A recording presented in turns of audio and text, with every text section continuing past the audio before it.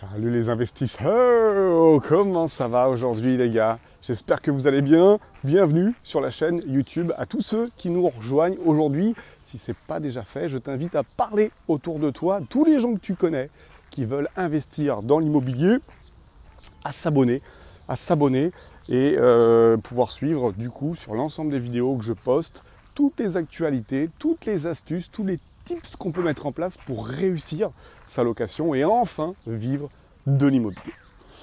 Alors aujourd'hui, je voudrais te parler du principe de la cash machine. Qu'est-ce que c'est, Laurent, que la cash machine?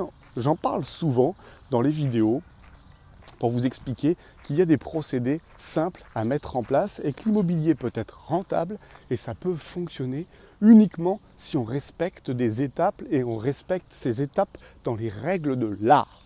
Souvent, vous entendez parler de gens qui vous expliquent qu'ils ont eu une fois, un jour, un appartement, qu'ils ont mis en place dedans un locataire et que ce dernier les a jamais payés. Ils se sont retrouvés en catastrophe totale. Ils ont retrouvé leur appartement sans dessus ni dessous, ça ressemblait plus à rien. Hein, on les connaît, ces gens-là, ce genre de personnes qui vous parlent et qui vont vous expliquer que si vous achetez dans l'immobilier, vous avez une chance sur une de se planter parce que eux se sont plantés. Mais eux, et leur raisonnement, ce ne doit pas être le vôtre. Est-ce que vous voulez que je vous parle de ce genre de personnes que vous retrouvez dans des lieux mondains ou dans les clubhouse quand vous vous déplacez, qui vont vous expliquer, eux, par contre, qu'ils ont mis en place une stratégie dans l'immobilier, qui s'y tiennent et qui, lorsqu'ils se lèvent, ils gagnent de l'argent. Lorsqu'ils vont au restaurant, ils gagnent de l'argent. Lorsqu'ils vont et viennent toute l'après-midi dans leurs occupations, ils gagnent de l'argent, et même lorsqu'ils dorment, ils gagnent de l'argent. Ces personnes-là, ce sont des investisseurs qui ont développé une stratégie rentable et qui se sont tenus. Et c'est ça qui est important et qu'il faut mettre en place. Et il faut s'inspirer de ce genre de personnes. Alors le principe de la cash machine, c'est quoi? L'idée, ça va être, plutôt que d'acheter un seul et même appartement avec à l'intérieur un seul et même locataire qui, lorsque vous allez lui louer votre appartement, va devenir le roi dans ce dernier, puisque lorsque vous allez acheter, vous allez avoir un seul et même crédit à rembourser à la banque, vous allez avoir des charges. Et si ce locataire décide de ne plus vous payer parce qu'il n'en a pas les moyens, il peut être de bonne foi, c'est pas parce qu'il n'a pas envie, c'est juste parce qu'il n'a pas les moyens, et bien vous vous retrouvez à devoir payer votre crédit à la banque, vos charges, votre imposition, et ne plus pouvoir rentrer de l'argent. Vous êtes obligé donc tous les mois de faire un virement de votre compte personnel sur le compte sur lequel vous avez emprunté pour pouvoir couvrir le risque que vous avez engagé. Moi, ce que je vous propose, c'est d'être acquéreur d'un ensemble immobilier afin de diluer les risques. C'est-à-dire, plutôt que d'avoir un revenu locatif à 600 € par mois, c'est d'en avoir 3 à 200. Ou plutôt que d'en avoir un à 900, c'est 3 à 300. De façon à ce que votre crédit principal, si vous avez une rentrée locative à 900 €, soit de 600 € et que les 300 € restants vous permettent d'avoir un bénéfice chaque mois. Ça veut dire quoi? Ça veut dire que si j'ai besoin de 600 € pour payer mon crédit et que j'ai 3 locataires qui me versent 300 €, si j'ai un locataire qui décide de ne plus payer parce qu'il a un souci ou parce que le logement est vacant, c'est-à-dire que le logement est vide et qu'il me faut du temps pour pouvoir le relouer, je sais que je serai sur une opération blanche. Les 2 autres rentrées locatives me permettront de pouvoir payer mon crédit et mes charges. Et lorsque je remettrai à la location mon 3e bien, je recommencerai à faire du cash chaque mois. Ce qu'on appelle donc une cash machine, c'est-à-dire que c'est un principe qui consiste à dire que chaque mois, l'opération vous rapporte plus qu'elle vous coûte. Ok Laurent, mais alors, c'est très bien sur le papier, ça marche, mais comment on fait dans la réalité? Alors dans la réalité, il va y avoir 5 étapes. 5 étapes essentielles à respecter pour que vous puissiez prétendre à avoir une rentabilité chaque mois. Les étapes, ce sont lesquelles? Première étape, il va falloir que vous trouviez la bonne affaire. Au moment où vous commencez à investir, il va falloir tomber sur la bonne annonce. Et toutes les annonces ne sont pas forcément bonnes. Je vous donne un petit conseil. Vous les connaissez, ce genre d'annonce idéal investisseur? Ce genre d'annonce qui commence en vous expliquant que c'est un terrain diffus de 300 mètres carrés, qui est en pleine ville, qui est à vendre pourtant 200 000 euros. Oh tiens, c'est bizarre. Puis quand vous commencez à creuser un petit peu, vous vous rendez compte que ce terrain, il a un COS, un coefficient d'occupation des sols, monstrueux, très grand, qui vous permet pratiquement de construire sur les 300 mètres carrés. Et puis qu'en plus, on aurait une autorisation de construire à 12 mètres. Ce qui veut dire qu'on pourrait faire un ensemble immobilier avec plusieurs étages.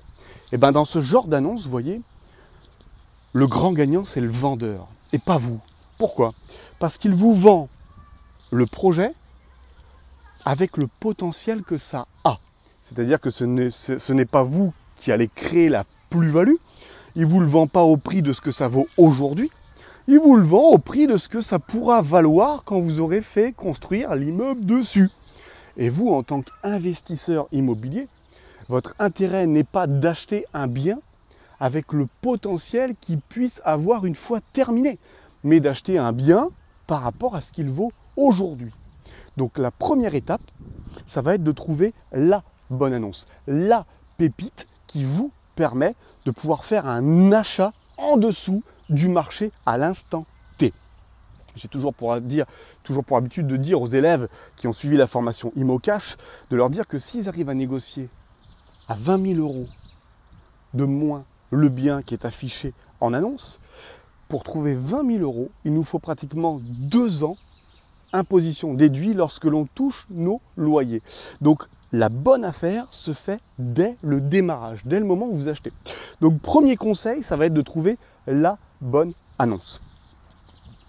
Le deuxième conseil, ça va être de trouver le bon financement. Qui va nous financer le bien et sous quelles conditions ? Et là, je vais insister sur le fait que votre dossier doit être un dossier bidon. Un dossier béton, pardon, pas un dossier bidon, un dossier béton. J'entends souvent des gens qui m'expliquent que c'est le projet qui fait le dossier. Or, c'est le contraire. C'est le dossier qui fait le projet. Et là où il faut être très précis, c'est que vous devez trouver des arguments qui permettent d'expliquer à votre banquier pourquoi votre bien plus qu'un autre va se louer en priorité et pourquoi il va se louer plus cher. Vous avez des sites qui vous permettent de mettre en avant votre bien. Je pense par exemple à quelquartier.com, je vous mettrai le lien en dessous dans la description, sur lequel vous pouvez mettre l'adresse de votre bien et définir toutes les commodités qui s'y trouvent. Imaginez que vous ayez un bien qui se situe à moins de 5 minutes d'une école primaire, à moins de 5 minutes à pied d'une maternelle, à moins de 10 minutes d'un collège. Que vous ayez un bien qui se situe juste à côté de la gare, à moins de 20 minutes d'un aéroport, ou mieux, d'un centre commercial ou d'une zone d'activité qui permet et qui propose de l'emploi très régulièrement.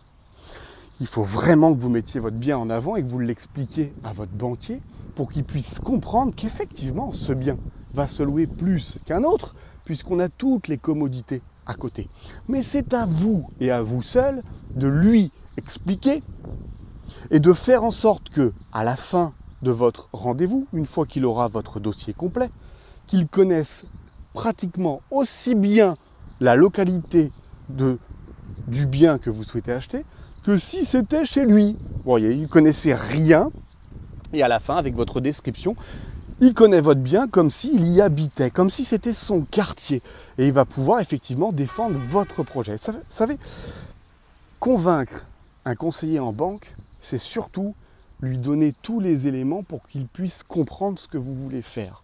Lorsque vous allez aller voir un conseiller en banque, si vous avez l'habitude de suivre mes lives sur Instagram ou sur Facebook, vous avez déjà au moins 50% de plus de connaissances que votre conseiller en banque sur l'immobilier. Les conseillers en banque sont généralistes. On leur demande de vendre des assurances vie, des cartes bleues, des abonnements, des PEA, des PEL, des codes évites, gérer des découverts, des SCPI.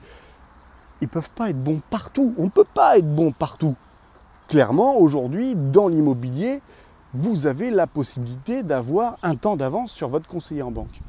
Et proposer un projet à la banque et à son conseiller qui tient la route et lui démontrer, c'est déjà plus de 50% du oui final que vous allez avoir.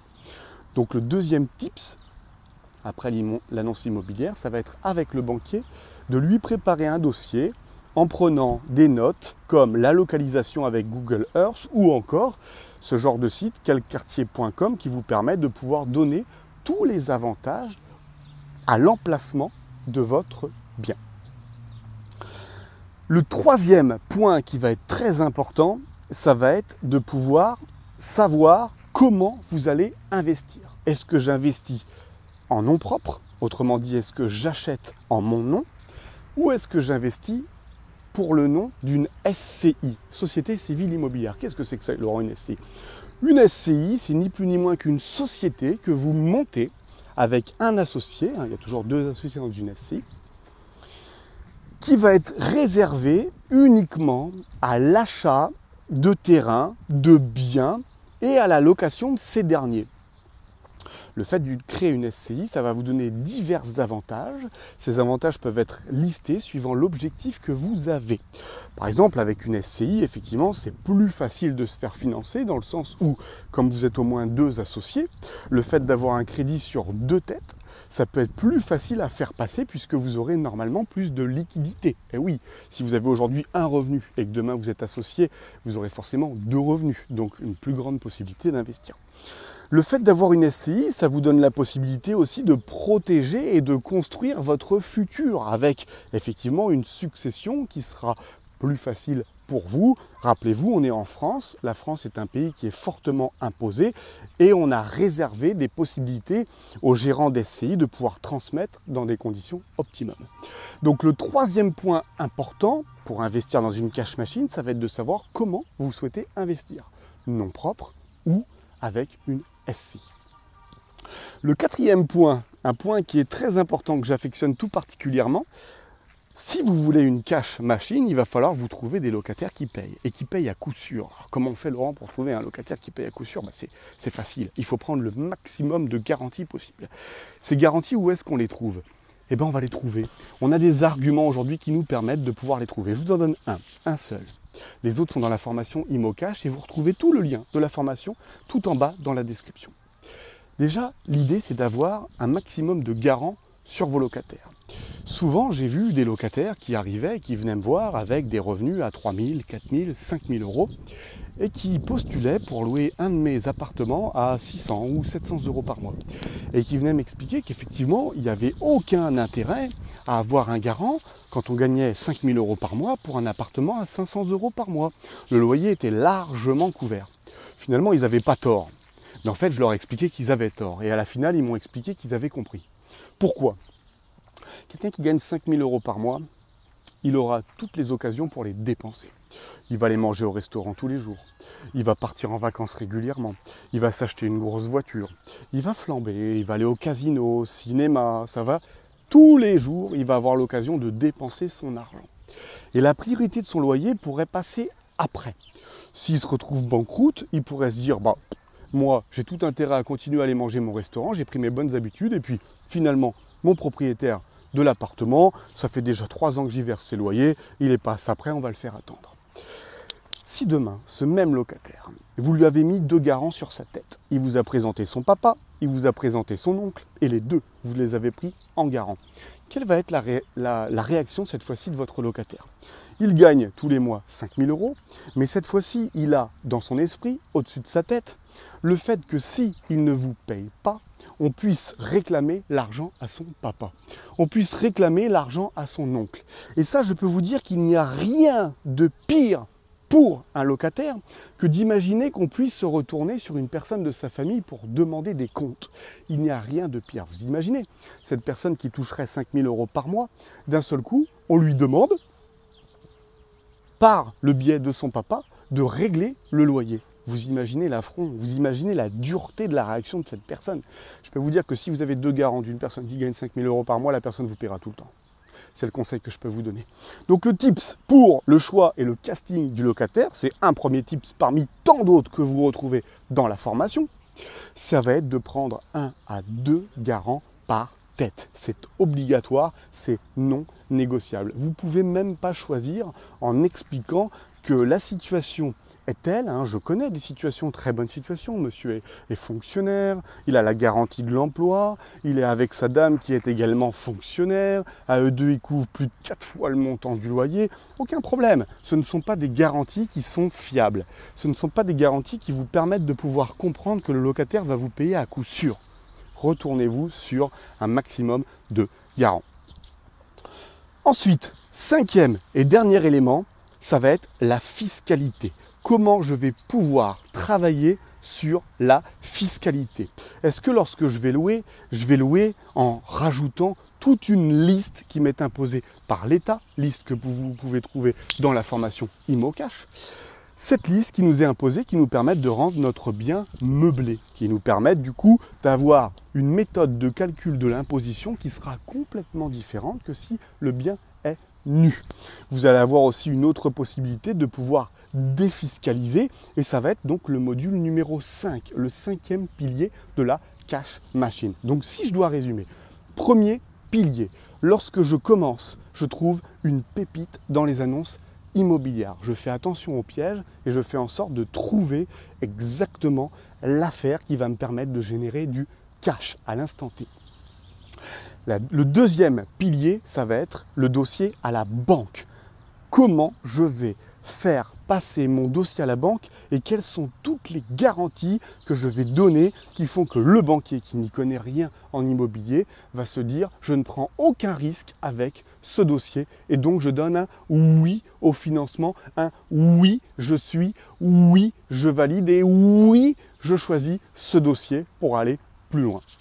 Le troisième pilier, ça va être est-ce que j'investis en nom propre ou en SCI? Qu'est-ce que je décide de faire par rapport à mon objectif?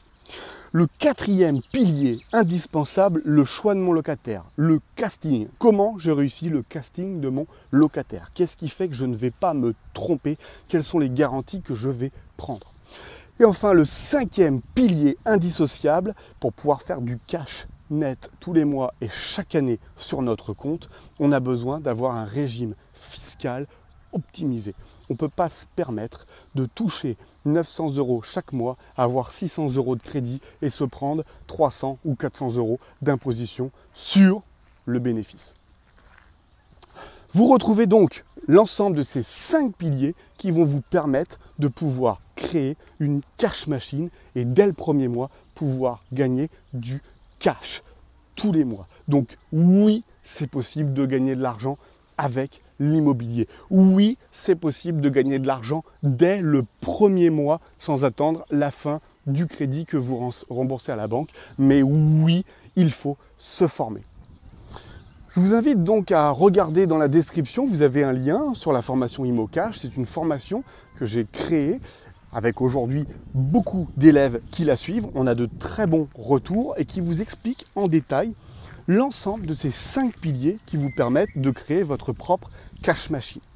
Sur cette formation, vous aurez l'occasion en 6 mois, pile, pas un jour de plus, pas un jour de moins, d'être propriétaire d'un ensemble immobilier qui va vous générer entre 500 et 800 € de cash si vous respectez toutes les étapes que je vous donne.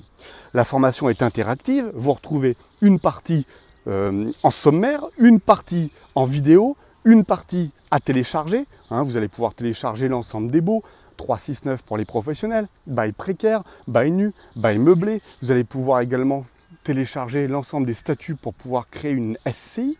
Vous allez pouvoir télécharger le modèle de l'annonce légale. Vous allez pouvoir télécharger les modèles d'assemblée générale à prévoir chaque année pour votre SCI. Vous avez tous les documents pour être indépendant et enfin pouvoir commencer à investir. Voilà. J'espère que cette vidéo vous a plu. Si vous avez des questions, n'hésitez pas. Dans les commentaires, vous m'envoyez vos questions. Je réponds à tout le monde. Et puis je vous dis à très bientôt. Bon investissement les gars. Ciao, ciao.